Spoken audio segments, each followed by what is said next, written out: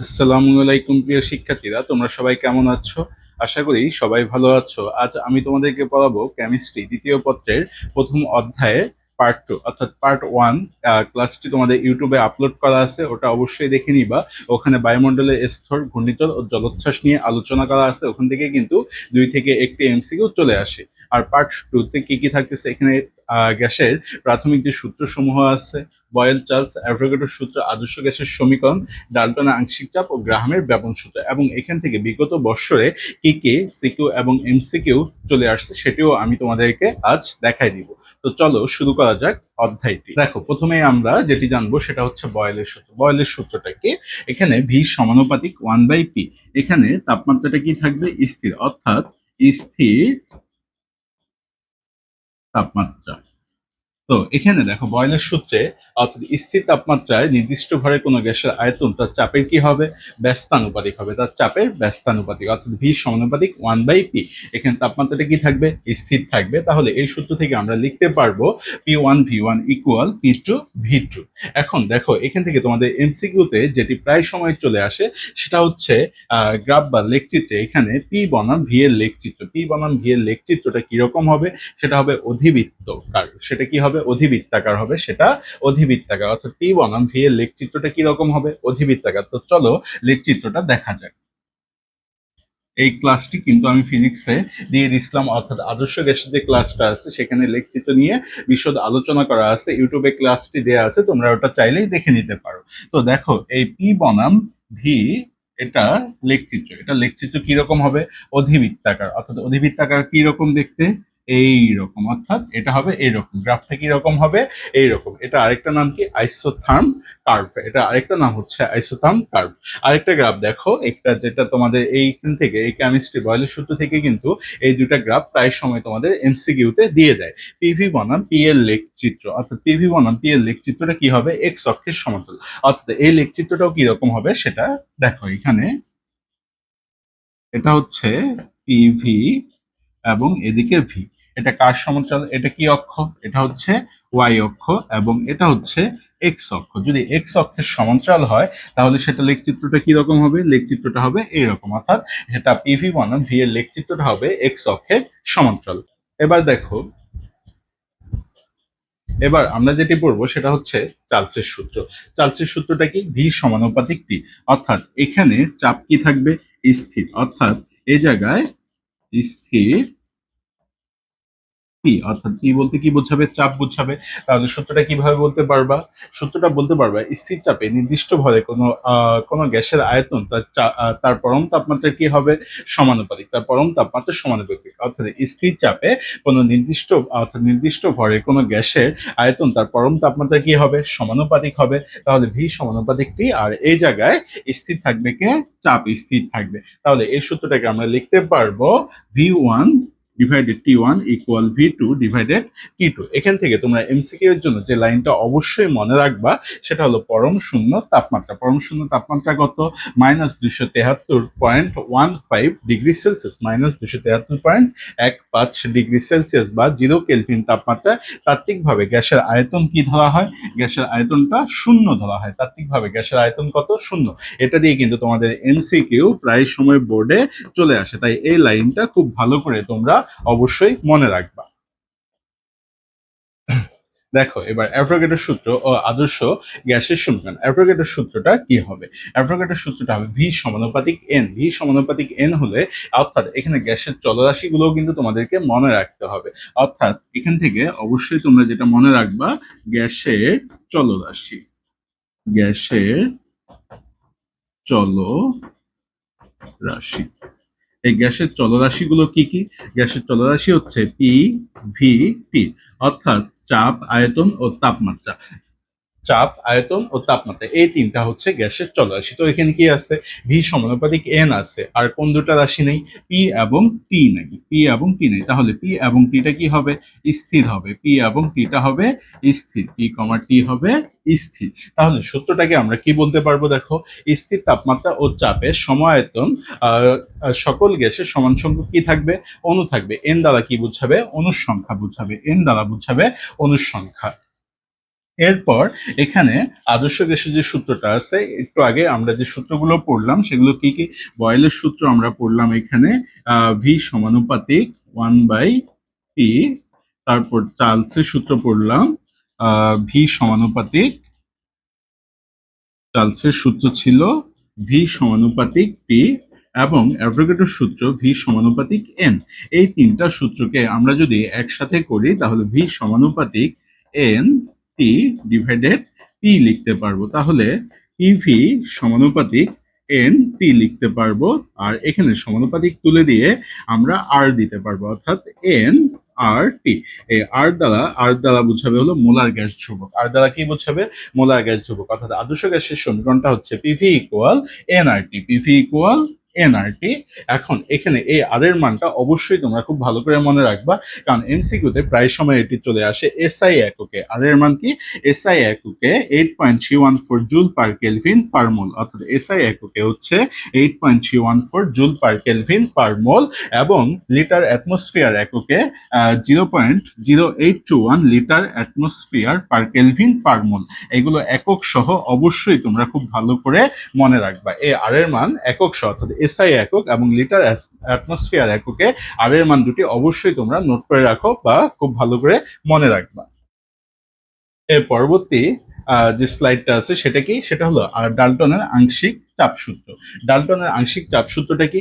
পরস্পর বিক্রিয়াবিহীন একাধিক গ্যাসের মিশ্রণে মোট চাপ ওই মিশ্রণে উপস্থিত উপাদানের আংশিক চাপের সমষ্টির সমান হবে। অর্থাৎ সূত্রটা এখানে গাণিতিক রূপ যেটা পাবো সেটা হচ্ছে P equal P1 plus P2 plus P3। আবার আংশিক চাপ নির্ণয়ের সূত্র যেটা, সেটা হলো PI equal XI into P. এখানে পিআই দ্বারা কি বুঝাবে? পিআই দ্বারা বুঝাবে যে কোনো উপাদানের আংশিক চাপ, যে কোনো উপাদানের আংশিক চাপ বুঝাবে, পিআই দ্বারা বুঝাবে যে কোনো উপাদানের আংশিক চাপ, এবং এক্সআই যেটা আছে সেটা দ্বারা বুঝাবে ওই উপাদানের মোল ভগ্নাংশ, ওই উপাদানের মোল ভগ্নাংশ, এবং পি দ্বারা বুঝাবে মিশ্রণের মোট চাপ। যদি পি এর মান দেয়া না থাকে তাহলে কিন্তু এই উপরে, অর্থাৎ ডাল্টনের আংশিক চাপ সূত্র যেটা আছে সেটা থেকে কিন্তু P equal P1 plus P2 plus P3, এভাবে যতগুলো গ্যাস থাকবে সবগুলো চাপ তোমাদের বের করে নিয়ে তারপর এখানে তোমাদেরকে অ্যাপ্লাই করতে হবে। এরপর দেখো গ্রাহামের ব্যাপন সূত্র, যেটা তোমাদের সিকিউ এর জন্য মোস্ট ইম্পর্টেন্ট। এই গ্রাহামের ব্যাপন সূত্র সিকিউ এর জন্য তোমাদের মোস্ট ইম্পর্টেন্ট। এই সূত্রটা তোমরা অবশ্যই খুব ভালো করে মনে রাখবে। সূত্রটা কি? আর সমানুপাতিক 1/√d বা আর সমানুপাতিক 1/√m। অর্থাৎ স্থির তাপমাত্রা ও চাপে কোনো গ্যাসের ব্যাপন হার তার ঘনত্বের বা আণবিক ভরের বর্গমূলের কি হবে? ব্যস্তানুপাতিক হবে। ঘনত্বের বা আণবিক ভরের বর্গমূলের ব্যস্তানুপাতিক হবে। দেখো এখানে আর সমানুপাতিক √1/d অথবা আর সমানুপাতিক √1/m। এখন এই দুটা সূত্র থেকে আমরা যে এখানে দেখো প্রথমটা যেটা আছে সেটা হলো ডি। ডি দ্বারা কি বোঝাবে? ঘনত্ব বোঝাবে। এটা দিয়ে যদি আমরা লিখি, এটা যদি দুটো সমীকরণ আমরা লিখে নিই, অর্থাৎ R1 ইকুয়াল কে সমানুপাতিক তুলে দিয়ে আমরা কি দিলাম? কে দিলাম 1/√d। এটাকে আমরা 1 দিলাম। তারপর R2 ইকুয়াল কে 1/√d2। এখন এই দুটো সমীকরণকে আমরা যদি একসাথে করি, অর্থাৎ R1/R2 ইকুয়াল, আমরা এখানে যেটা পাবো √d2/d1। কারণ একটার সাথে আরেকটা সম্পর্ক হলো বর্গমূলের ব্যস্তানুপাতিক। সেম ভাবে এখানে আর সমানুপাতিক 1/√m যেটা আছে, এম দ্বারা কি বুঝাবে? এম দ্বারা বুঝাবে আণবিক ভর। এম দ্বারা কি বুঝাবে? আণবিক ভর। তাহলে সেম ভাবে এটাকেও যদি আমরা লিখি তাহলে আমরা এখানে লিখতে পারবো যেটা, সেটা হচ্ছে R1/R2 ইকুয়াল √m2/m1। তাই এখানে আমি তোমাদেরকে একবারেই লিখে দিয়েছি R1/R2 equal √d2/d1 equal √m2/m1। অবশ্যই তোমরা এই সম্পর্কটা খুব ভালো করে মনে রাখবে, কারণ এটা দিয়ে কিন্তু প্রায় সময় সিকিউ চলে আসে, এটা দিয়ে প্রায় সময় তোমাদের সিকিউ চলে আসে। তারপর দেখো যে গ্যাসে আণবিক ভর যত কম তার ব্যাপন হার তত কি হবে? বেশি হবে। অর্থাৎ আণবিক ভর কম হলে, আণবিক ভর যত কম হবে তার ব্যাপন হারও কি হবে? তত বেশি হবে। এটা তোমরা খুব ভালো করে লাইনটা মনে রাখবা, কারণ এখান থেকে প্রায় সময় এমসিকিউ চলে আসে। তারপর দেখো এখানে আদর্শ গ্যাস এবং আর এর মান, অর্থাৎ এখান থেকে কি কি এমসিকিউ বিগত বৎসরে চলে আসছে সেটাই দেখো। এখানে প্রথম যে এমসিকিউটা আছে সেটা হলো এসআই এককে মোলার গ্যাস ধ্রুবক আর এর মান কত। একটু আগেই তোমাদেরকে বললাম এখান থেকে এমসিকিউ কিন্তু প্রায় সময় চলে আসে। তো এখানে এসআই এককে মোলার গ্যাস ধ্রুবক আর এর মান কত বলে ফেলো দেখি কত হবে। অপশনগুলো আছে এখানে 0.0821, যা 8.314, 1.987, 8.314 ইন্টু 10⁻⁷। নিশ্চয়ই তোমাদের এটি মনে আছে, সেটা হচ্ছে 8.314 জুল পার কেলভিন পার মোল। তারপর দেখো পরম শূন্য তাপমাত্রা কোনটি। একটু আগেই কিন্তু তোমাদেরকে দেখাই দিলাম পরম শূন্য তাপমাত্রা অর্থাৎ গ্যাসের আয়তন তাত্ত্বিকভাবে কি হয়, শূন্য হয়। তাহলে পরম শূন্য তাপমাত্রা কোনটা এটা বলে ফেলো দেখি কি হবে। এখানে দেখো 0 ডিগ্রি সেলসিয়াস আছে 273 কেলভিন মাইনাস 273.15 ডিগ্রি সেলসিয়াস এবং 273 ডিগ্রি সেলসিয়াস। এই চারটার মধ্যে অপশন কোনটা হবে বলে ফেলো দেখি। এটা হলো -273.15 ডিগ্রি সেলসিয়াস বা 0 কেলভিন। এটা কিন্তু তোমরা খুব ভালো করে মনে রাখবা যে এটা, অথবা এখানে কি হবে 0 কেলভিন। অপশন এই দুটার মধ্যে একটা থাকবে 0 ডিগ্রি কেলভিন। এটা কিন্তু তোমরা অবশ্যই খুব ভালো করে মনে রাখবা। এরপর দেখো গ্রাহামের সূত্র, গ্রাহামের সূত্র থেকে কি এমসিকিউ চলে আসছে সেটা দেখো। বিগত বৎসরে নিচের কোন গ্যাসটির ব্যাপন হার সব থেকে বেশি বলে ফেলো দেখি। নিচের কোন গ্যাসটির ব্যাপন হার সব থেকে বেশি। একটু আগেই কিন্তু আমি তোমাদেরকে পড়াইলাম কি, যে গ্যাসের আণবিক ভর যত কম তার ব্যাপন হার কি হবে, তত বেশি হবে। তাহলে এখানে কি বের করতে হবে, আণবিক ভর বের করতে হবে। এখানে কার্বন ডাই অক্সাইডের আণবিক ভর কত, এটা হচ্ছে 44, অর্থাৎ হচ্ছে কার্বন 12 এবং অক্সিজেন হচ্ছে এটা হলো 12 প্লাস এখানে হচ্ছে 32, অর্থাৎ দুটো মিলে কত হবে, 44 হবে। তারপর দেখো অ্যামোনিয়া, অ্যামোনিয়ার কত, অ্যামোনিয়ার হলো 17 বা 17। তারপর সালফার ডাইঅক্সাইড, সালফার ডাইঅক্সাইডের কত, এখানে হবে 64, অর্থাৎ সালফারের 32 এবং অক্সিজেন এটার হবে 32, দুটা মিলে কত হবে 64। তারপর HCl যেটা আছে এটা হলো 36.5, 36.5। তাহলে দেখো এখানে কার আণবিক ভর সব থেকে কম, এখানে আণবিক ভর সব থেকে কম হলো অ্যামোনিয়া। তাহলে অ্যামোনিয়ার এখানে ব্যাপন হার কি হবে, সব থেকে বেশি হবে। তারপর দেখো বয়েলের সূত্রের লেখচিত্র পিভি পি বনাম ভি এর আকৃতি কেমন। অর্থাৎ বয়েলের চিত্রের লেখচিত্র একটু আগেই কিন্তু তোমাদেরকে আমি এটিও পড়াই দিছি। অর্থাৎ এখানে বয়েলের সূত্রের লেখচিত্র পি বনাম ভি, অর্থাৎ পি বনাম ভি বলতে এটা আমি তোমাদেরকে উপরে দেখাই দিচ্ছি। দেখো পি বনাম ভি, এটার লেখচিত্রটা কি রকম হবে, এটা লেখচিত্র কি রকম হবে বলে ফেলো দেখি তোমরা। এটা হলো মূল বিন্দুগামী সরলরেখা, পরাবৃত্তাকার, অধিবৃত্তাকার বা বৃত্তাকার, কোনটা হবে অ্যান্সার বলে ফেলো দেখি। অর্থাৎ এটার অ্যান্সার হবে অধিবৃত্তাকার, অর্থাৎ পি বনাম ভি এর লেখচিত্রটা হবে এইরকম। এটাকে আমরা কি বলি, অধিবৃত্তাকার বলি। এরপর দেখো পরবর্তী স্লাইডে সিকিউ নিয়ে আসছে, আমরা সিকিউ গুলো দেখি এখানে। এবার দেখো আমি তোমাদেরকে এখান থেকে যে যে টপিক গুলো পড়াইলাম এই টপিক থেকে কি ধরনের সিকিউ আসছে সেটা এবার দেখাই দিচ্ছি আমি তোমাদেরকে। সেটা হচ্ছে ঢাকা বোর্ড 19-এর প্রশ্ন। দুটি পাত্র একটি স্টপ কর্ক দ্বারা যুক্ত। পাত্র এ তে আয়তন হলো 400 ml দেওয়া আছে, চাপ 1 atm, আর এখানে নাইট্রোজেন গ্যাস দেওয়া আছে। অর্থাৎ তোমরা এটাকে এইভাবেও করতে পারো বা তোমাদের উদ্দীপকে এটা এরকম করেও থাকতে পারে। দুটা পাত্র, এখানে স্টপ কর্ক লাগানো আছে, এটা স্টপ কর্ক, আর এখানে দেয়া আছে হলো nitrogen gas, nitrogen gas 400 ml। তারপর চাপ হলো 1 atm, 1 atm। এবং দ্বিতীয় যে পাত্রটা এখানে দেয়া আছে হলো অক্সিজেন গ্যাস, O2 গ্যাস, এবং এখানে আয়তন দেয়া আছে হলো 600 ml, 600 ml, আর চাপ দেয়া আছে 1.5 atm। তোমাদের প্রশ্নে এইরকম করেও থাকতে পারে এটা। অর্থাৎ এখানে নাইট্রোজেন গ্যাস দেওয়া আছে 400 ml, 1 atm চাপ এবং স্টপ কর্ক দ্বারা যুক্ত আছে এটা। আর পরবর্তী পাত্রে দেওয়া আছে অক্সিজেন 600 ml, 1.5 atm চাপ দেওয়া আছে। এখন এখানে উভয় পাত্রের তাপমাত্রাটা কি কি থাকবে, এই দুটা পাত্রের তাপমাত্রা থাকবে হলো স্থির, অর্থাৎ কি থাকবে, স্থির থাকবে। এটা হলো তোমাদের উদ্দীপক। তো এখানে প্রশ্ন যেটা, স্টপ কর্ক খুলে দিলে মিশ্রণের মোট চাপ কত হবে, এটা তোমরা কিভাবে বের করবা চলো এবার দেখাই দিই। তো দেখো এটার জন্য তোমরা যে সূত্রটা অ্যাপ্লাই করবা সেটা হচ্ছে P A V A plus PB VB equal P into V total. তোমরা এখান থেকে এটার মোট চাপ কত হবে সেটা কিন্তু নির্ণয় করতে পারবা। তাহলে দেখো এখানে এই পি ইকুয়াল তোমরা কি লিখতে পারবা? পি ইকুয়াল এখানে লেখা যাবে V A plus PB VB divided V total. তোমরা এখান থেকে এই সূত্রটা লিখতে পারবা। এখন দেখো এগুলো সবগুলোর মান এখানে দেয়া আছে, মানগুলো বসায় দাও। পি এর মান কত? পি এর মান হচ্ছে 1। তারপর এখানে যেটা দেয়া আছে ভি এর মান দেয়া আছে হলো 400। তারপর মাঝে প্লাস পিবি এর মান কত? 1.5 ইন্টু এটার মান দেয়া আছে হলো ভিবি এর মান দেয়া আছে হলো 600। তারপর এখানে তোমাদের আয়তনটা কি করতে হবে? মোট আয়তনটা নিতে হবে। মোট আয়তন কত এখানে? 400 প্লাস 600, এটা হলো মোট আয়তন। তাহলে এটা ক্যালকুলেশন করলে তোমরা এখানে পাবা হলো 1300 ডিভাইডেড 1000, অর্থাৎ এটা কাটাকাটি করলে তোমরা এখানে পাবা হলো 1.3 এটিএম। অর্থাৎ এটার মোট চাপ কত হবে?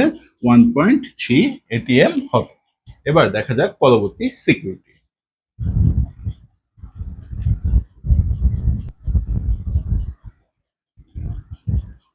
এবার দেখো দ্বিতীয় যে সিকিউরটা আছে সেটা হলো গ্রাহামের ব্যাপন সূত্র থেকে। এখানে উদ্দীপকে কি কি দেয়া আছে?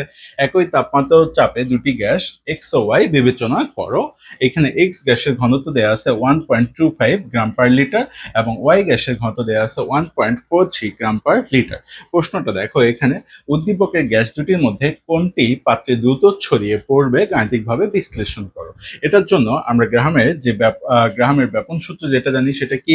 সেটা হচ্ছে আর সমানুপাতিক। এখানে আমরা যেটা লিখে নিতে পারবো সেটা হলো আর সমানুপাতিক 1/√d। এখান থেকে আমরা একবারেই যেটা শিখে যাচ্ছি R1 R2 equal √d2 divided d1।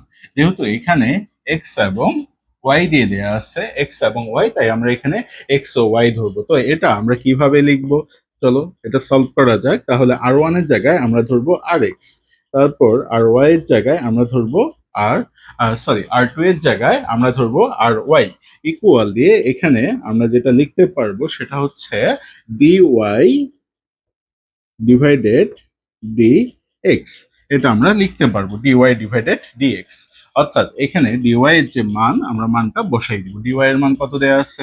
এটা দেয়া আছে হলো √1.43, আর এখানে এটার মান দেয়া হচ্ছে 1.25।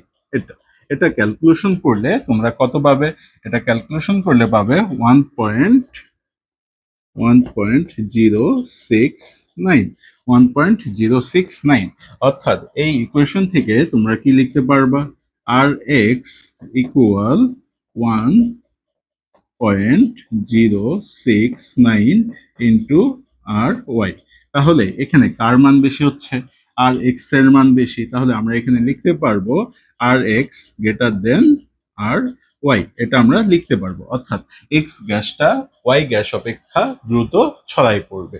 তাহলে এখানে কোনটি পাত্রে দ্রুত ছড়াই পড়বে? এখানে পাত্রে দ্রুত ছড়াই পড়বে হলো x গ্যাসটি।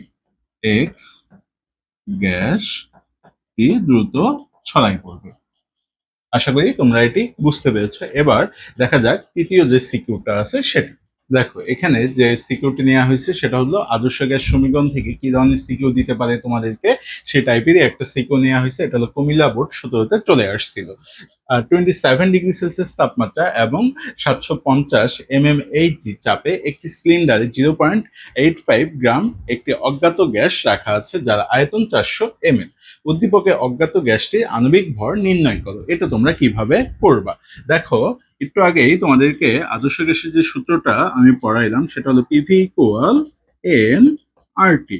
পিভি ইকুয়াল এনআরটি, এটা আমি তোমাদেরকে পড়াইলাম। তো এখানে এন ইকুয়াল আমরা কি লিখতে পারবো? পিভি ইকুয়াল এখানে আমরা লিখতে পারবো W divided M. W divided M R T. তাহলে এখানে আমাদেরকে কি বের করতে হবে? আমাদেরকে বের করতে হবে হলো এম। তাহলে এম ইকুয়াল আমরা এখানে কি লিখতে পারবো? W R T divided PV. এখন এগুলোর মান বসাই দাও। এখানে দেখো ডাব্লিউ এর মান কত দেয়া আছে? ডাব্লিউ এর মান দেয়া আছে হলো 0.85। ডাব্লিউ এর মান কত? 0.85। তারপর এখানে আর এর মান এখানে কত বসাবা তোমরা? আর এর মান বসাইতে হবে 0.0821, 0.0821 অর্থাৎ লিটার অ্যাটমসফিয়ার এককে, 0.0821। তারপর দেখো টিটা এখানে কি দেওয়া আছে? সেলসিয়াসে দেওয়া আছে। এটাকে তোমরা কিভাবে করে নিবা? এটাকে কেলভিনে করে নিতে হবে। অর্থাৎ এখানে দেওয়া আছে 27 ডিগ্রি সেলসিয়াস। 27 এর সাথে 273 যোগ করলে তোমরা কত পাবা? 300 কেলভিন পাবা। তারপর এখানে পি এবং ভি এর মান বসাই নিতে হবে। পি এবং ভি এর মান কত দেওয়া আছে? 400 ml দেওয়া আছে। এই 400 ml-টাকে লিটারে কনভার্ট করলে কত পাবা? 0.4 পাবা। আর পি যেটা দেওয়া আছে, পি এর মানটা তোমাদেরকে আলাদা করে বের করতে হবে। পি এর মানটা কিভাবে বের করবা তোমরা? এখানে পি এর মান যেটা দেওয়া আছে এটাকে এটিএম এ কনভার্ট করতে হবে। এখানে দেওয়া আছে হলো 750। 750-কে তোমরা 760 দ্বারা ভাগ দিলে কিসে পাবা? এটিএম এ পাবা। দেখো এখানে পি যেটা আছে 750 ডিভাইডেড 760। তাহলে এটা ক্যালকুলেশন করলে তোমরা এখানে পাবা 0.987 এটিএম। 0.987 এটিএম পাবা। তাহলে এখানে মান বসাই দাও। এখানে হবে 0.987 এবং এখানে ভি এর মান হবে হলো 0.4 লিটার। এটা হবে। এখন তোমরা এটা ক্যালকুলেশন করে যেটা অ্যান্সার পাবা সেটাই হচ্ছে এম এর মান। তাহলে এটা ক্যালকুলেশন করলে কত দাঁড়াবে? এটা ক্যালকুলেশন করলে আসবে হলো 53.02 গ্রাম পার মোল। অর্থাৎ এর অজ্ঞাত গ্যাসের আণবিক ভরের মান হবে 53.02। তো আজকের ক্লাস এ পর্যন্তই। আবার দেখা হবে এটার পরবর্তী পার্ট নিয়ে।